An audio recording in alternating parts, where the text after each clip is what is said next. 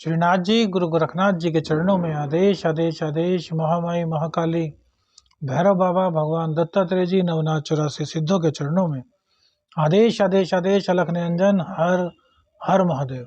मैं अष्ट शावर मित्र प्रवीण आप सभी का स्वागत करता हूं। आज बात करेंगे 14 दिसंबर 2023 के कन्या राशिफल की। इससे पहले आपको पंचांग के बारे में बता दें, आज गुरुवार का दिन है। सभी जन अपने अपने गुरुओं के चरणों में नमन करते हुए आज के दिन की शुरुआत करेंगे।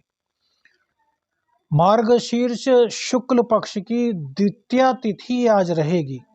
सूर्योदय का समय सुबह को 7:05 पर होगा, जबकि सूर्यास्त शाम को 5:25 पर होगा। विक्रमी संवत 2080 में अभिजीत मुहूर्त का समय आज 11:54 से 12:36 तक रहेगा। राहु काल 1:33 से 2:50 तक रहेगा। वहीं दिशा शूल दक्षिण दिशा की होगी। दक्षिण दिशा की यात्रा आज कर रहे हैं तो उसको टाल दीजिए। यह राशिफल आपकी नाम राशि के आधार पर है। यदि आप अपनी नाम राशि नहीं जानते, यह राशिफल आपकी जन्म राशि के आधार पर, यदि आप अपनी जन्म राशि नहीं जानते तो नाम राशि के आधार पर इस राशिफल को देख सकते हैं। कन्या राशि की बात करें तो भैया, लग्न में आपकी राशि में केतु देव, सेकंड हाउस में शुक्र, थर्ड हाउस में सूर्य मंगल, चतुर्थ स्थान में बुध, जो कि आज वक्री हो चुके हैं। शनिदेव आपके 6th हाउस में, राहुदेव सप्तम में, अष्टम में, बृहस्पति देव आपके विराजमान रहेंगे। चंद्रदेव आज बुध के साथ चतुर्थ भाव में विराजमान रहेंगे। तो यह गोचर है, इसी के आधार पर हमने आपका राशिफल तैयार किया है। देखिए, सबसे पहले जैसा कि हम बात करते हैं चंद्रदेव की, लेकिन चंद्रदेव से पहले आज बात करेंगे बुध देव की। हालांकि बुध राशि परिवर्तन, बुध के वक्रत्व काल पर एक अलग से वीडियो बनाएंगे सभी राशियों के लिए, लेकिन अब थोड़ा सा बता दें कि बुध देव कन्या राशि के स्वामी हैं।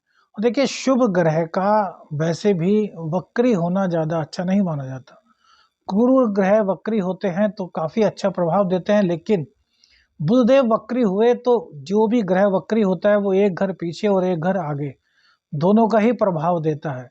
और वक्री होने के बाद उनकी ताकत तो बहुत ज़्यादा बढ़ जाती है। तो यह कन्या राशि के सपोर्ट में ही जाता है। बुधदेव आपके लग्नेश, बुधदेव आपके दशमेश चतुर्थ स्थान में बैठे हैं, जहाँ कर कि वो वक्री हुए हैं। तो सबसे पहले तो आपके सुखों में वृद्धि करेंगे। इसके साथ साथ आपके पराक्रम भाव को बढ़ाएंगे और आपके ज्ञान के भाव को बढ़ाएंगे।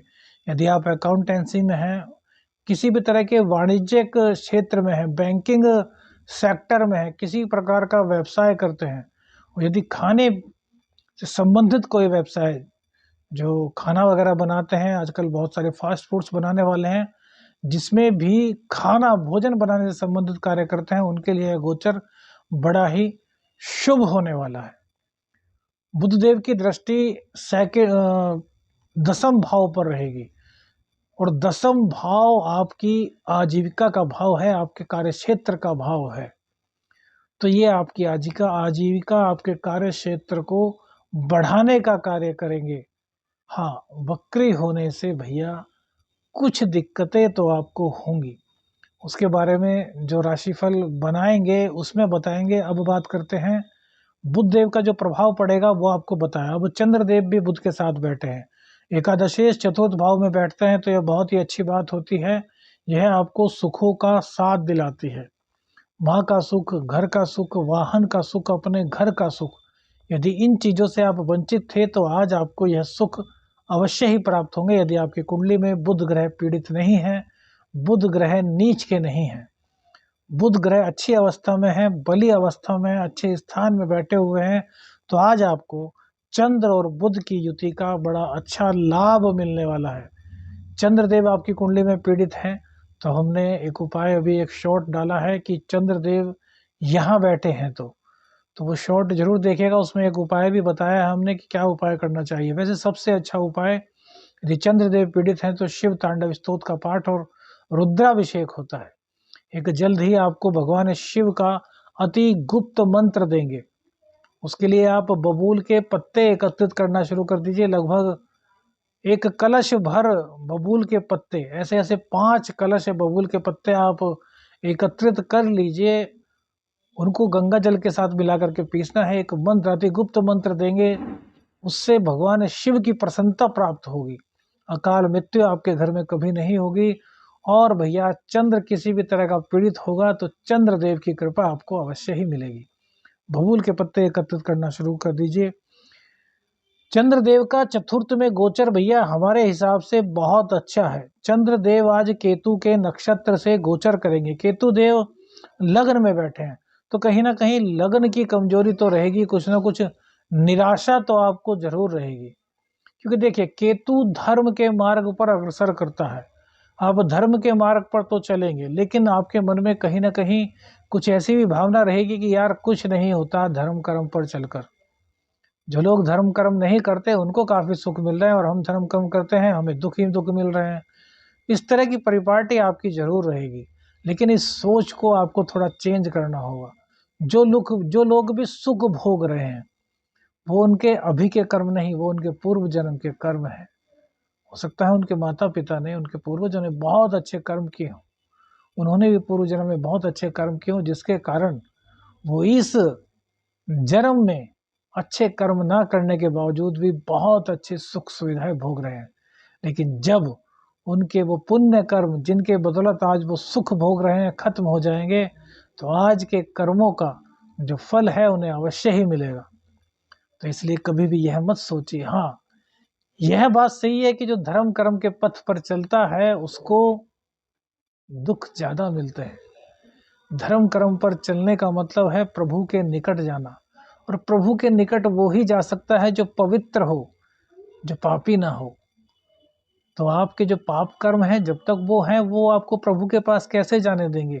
इसलिए जब कोई भक्ति करता है तो प्रभु उसे बहुत दुख देते हैं, जिससे कि वो अपने पापों को भोग सके, और उन पापों को भोगने के बाद वो पवित्र हो जाए, पापी ना रहे।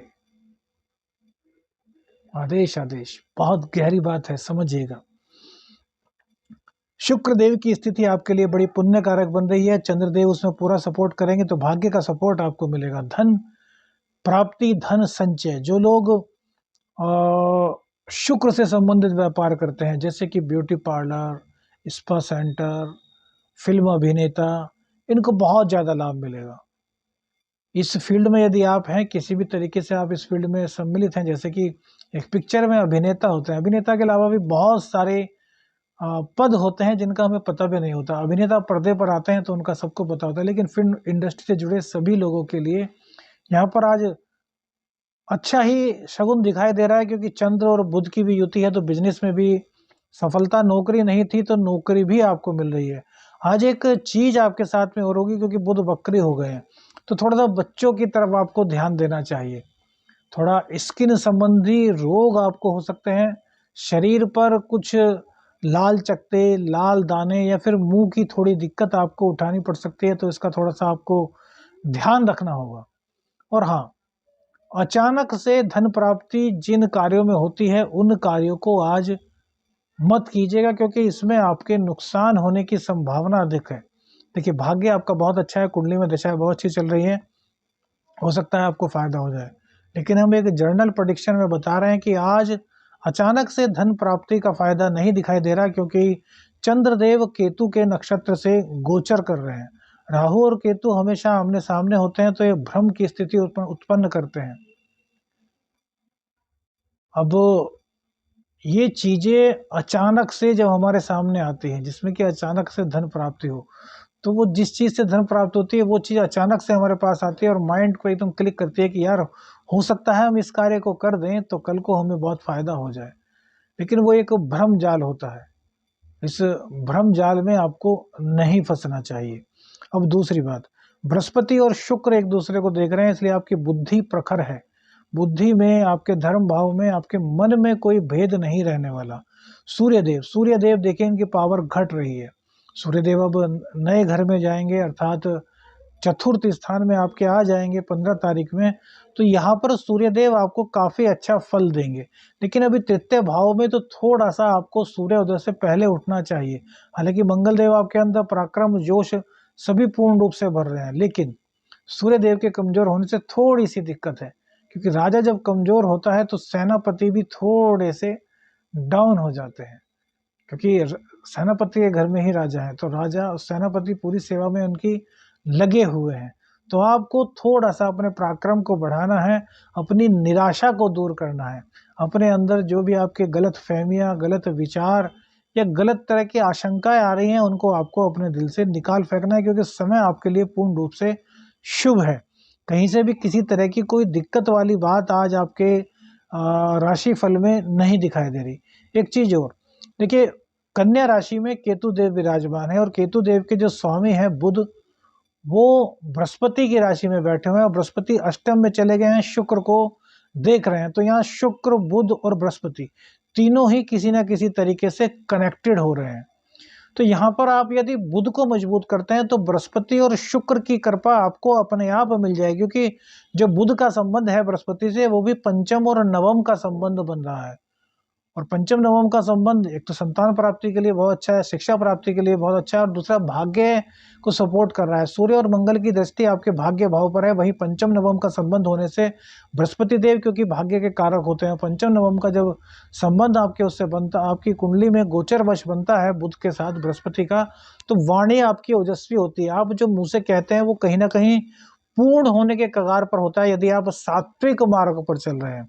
हालांकि इस दौरान नशा करने का ज्यादा मन होता है, तो नशे को हम बुरा नहीं मानते, जैसे कि ड्रिंक, लेकिन उसकी एक लिमिट। बहुत थोड़ा सा नशा आपको करना है, करिए दवाई के तौर पर, लेकिन उसकी अति करेंगे तो वो आपके लिए नुकसानदायक सिद्ध होगा, क्योंकि बुध देव भी इस टाइम वक्री हो चुके हैं। थोड़ा मुंह का ध्यान रखिए, दांतों का ध्यान रखिए, इस तरह की कुछ दिक्कत यहाँ पर हो सकती है। पक्का नहीं कह रहे कि हो जाएंगी, हो सकती है। अब राहु देव की जो दृष्टि है वो अचानक से धन लाभ पर है, जबकि केतु के नक्षत्र से चंद्र का गोचर है। तो कोई भी ऐसा कार्य जो लॉन्ग टर्म के लिए आप करना चाह रहे हैं, अभी मत कीजिए, एक दो दिन आप ठहर जाइए।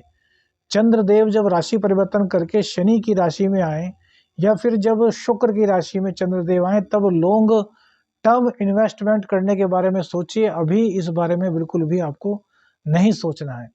धन संचय के योग बने हुए हैं, धन संचय कीजिए। एक सबसे अच्छी टिप्स, बृहस्पतिवार का दिन है, बृहस्पति और शुक्र आमने सामने है, तो मीठी खीर बना लीजिए, खीर में थोड़ा सा केसर डाल लीजिए, और उसके ऊपर थोड़ा सा गुड़ को कस करके, गुड़ को कस करके, जैसे कि गोला कस करके डाल देते हैं ना खीर में, थोड़ा सा ऊपर स्वाद के लिए, वो डाल दीजिए, और इसका भोग आज माता रानी को लगाइए। इससे आपके सभी कष्ट दूर होंगे। दाम्पत्य के कष्ट भी इस एक उपाय से काफी हद तक कम होंगे। आदेश आदेश, अलख निरंजन, हर हर महादेव।